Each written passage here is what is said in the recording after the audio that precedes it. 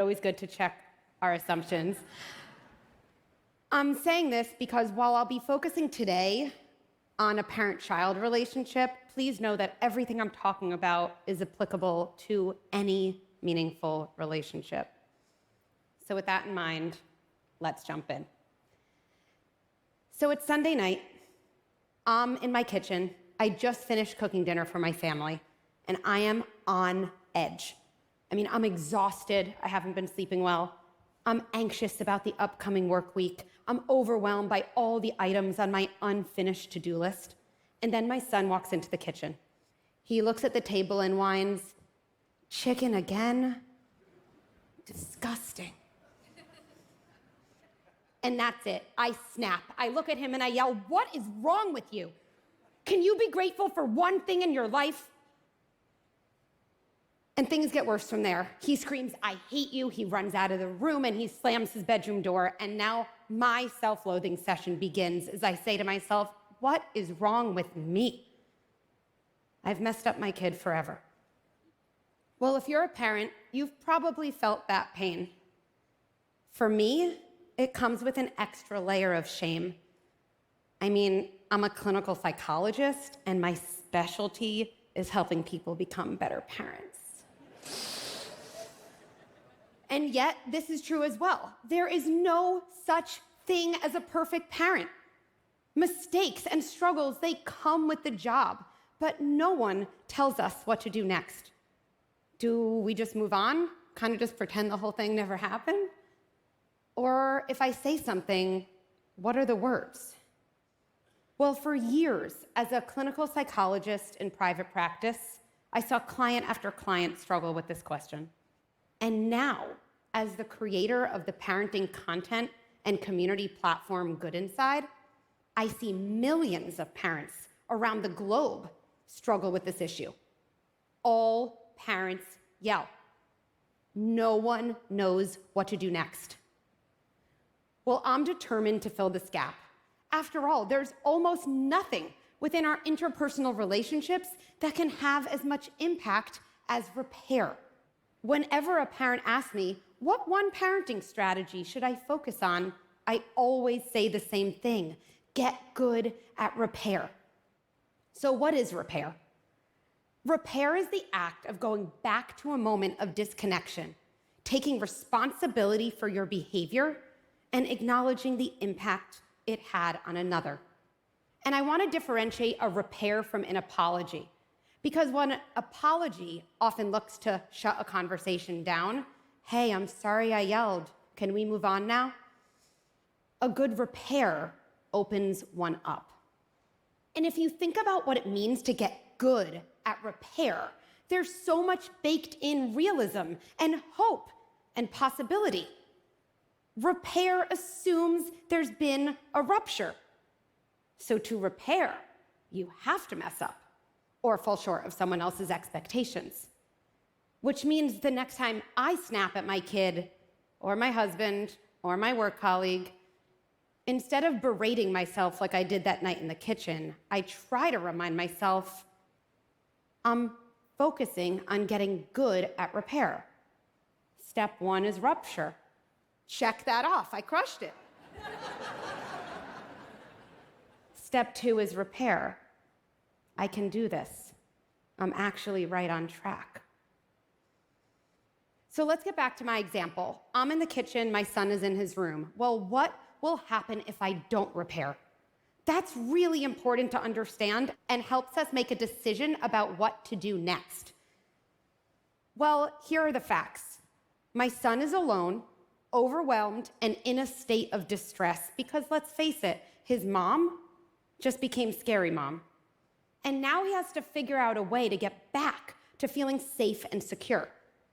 And if I don't go help him do that through making a repair, he has to rely on one of the only coping mechanisms he has at his own disposal: self-blame. Self-blame sounds like this: something's wrong with me. I'm unlovable. I make bad things happen. Ronald Fairbairn may have said it best when he wrote that for kids, It is better to be a sinner in a world ruled by God than to live in a world ruled by the devil. In other words, it's actually adaptive for a child to internalize badness and fault, because at least then they can hold on to the idea that their parents and the world around them is safe and good. And while self-blame works for us in childhood, we all know it works against us in adulthood. Something's wrong with me. I make bad things happen. I'm unlovable. These are the core fears of so many adults. But really, we see here, they are actually the childhood stories we wrote when we were left alone following distressing events that went unrepaired. Plus, adults with self-blame are vulnerable to depression, anxiety, deep feelings of worthlessness, none of which we want for our kids. And we can do better. And it doesn't mean we have to be perfect. When you repair, you go further than removing a child's story of self-blame. You get to add in all the elements that were missing in the first place: safety, connection, coherence, love, goodness. It's as if you're saying to a child, I will not let this chapter of your life end in self-blame. Yes, this chapter will still contain the event of yelling, but I can ensure this chapter has a different ending, and therefore a different title and theme and lesson learned. We know that memory is original events combined with every other time you've remembered that event. This is why therapy is helpful, right? When you remember painful experiences from your past within a safer and more connected relationship, the event remains, but your story of the event, it changes, and then you change. With repair, we effectively change the past. So let's write a better story. Let's learn how to repair. Step 1, repair with yourself. That's right. I mean, you can't offer compassion or groundedness or understanding to someone else before you access those qualities within yourself. Self-repair means separating your identity, who you are, from your behavior, what you did. For me, it means telling myself 2 things are true.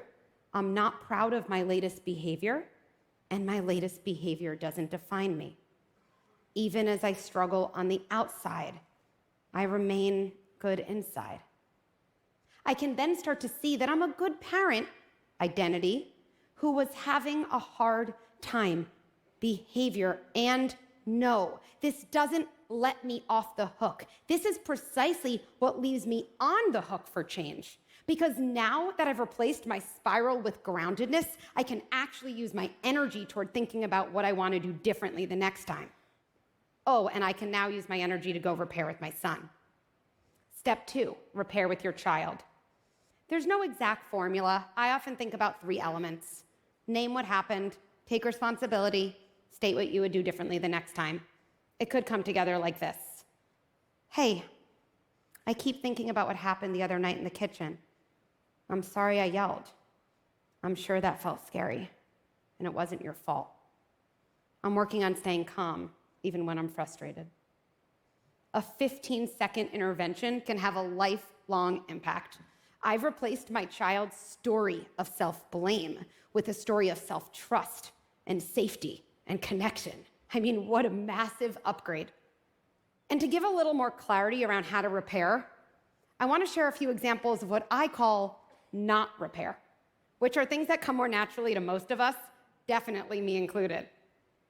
Hey, I'm sorry I yelled at you in the kitchen, but if you wouldn't have complained about dinner, it wouldn't have happened. Been there, okay? Or, you really need to be grateful for things in your life, like a home-cooked meal. Then you won't get yelled at. Not only do these interventions fail at the goal of reconnection, they also insinuate that your child caused your reaction, which simply isn't true and isn't a model of emotion regulation we want to pass on to the next generation. so let's say we've all resisted the "it was your fault anyway" not repairs, and have instead prioritized a repair that allows us to reconnect. What might the impact be? What might that look like in adulthood? My adult child won't spiral in self-blame when they make a mistake and won't take on blame for someone else's mistake. My adult child will know how to take responsibility for their behavior because you've modeled how to take responsibility for yours. Repairing with a child today sets the stage for these critical adult relationship patterns. Plus, it gets better. Now that I've reconnected with my son, I can do something really impactful. I can teach him a skill he didn't have in the first place, which is how kids actually change their behavior. So maybe the next day I say, you're not always gonna like what I make for dinner. Instead of saying, "that's disgusting," I wonder if you could say, "not my favorite." Now I'm teaching him how to regulate his understandable disappointment and communicate effectively and respectfully with another person.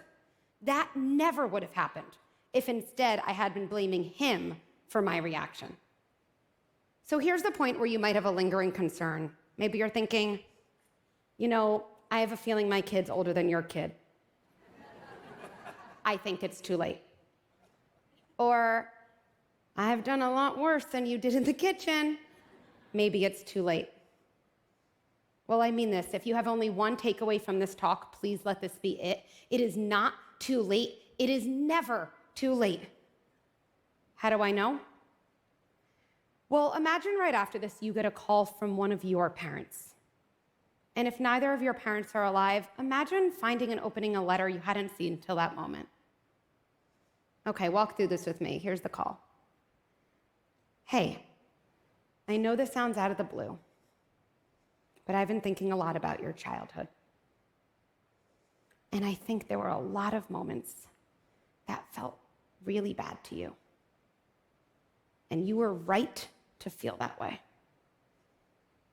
Those moments weren't your fault.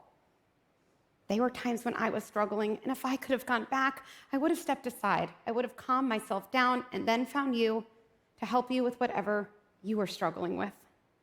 I'm sorry. And if you're ever willing to talk to me about any of those moments, I'll listen. I won't listen to have a rebuttal. I'll listen to understand. I love you." I don't know many adults who don't have a fairly visceral reaction to that exercise. I often hear, "Why am I crying?" Or, "Listen, that wouldn't change everything, but it might change some things." Well, I definitely do not special in math, but here's something I know with certainty. If you have a child, that child is younger than you are. Always true. The story of their life is shorter and even more amenable to editing.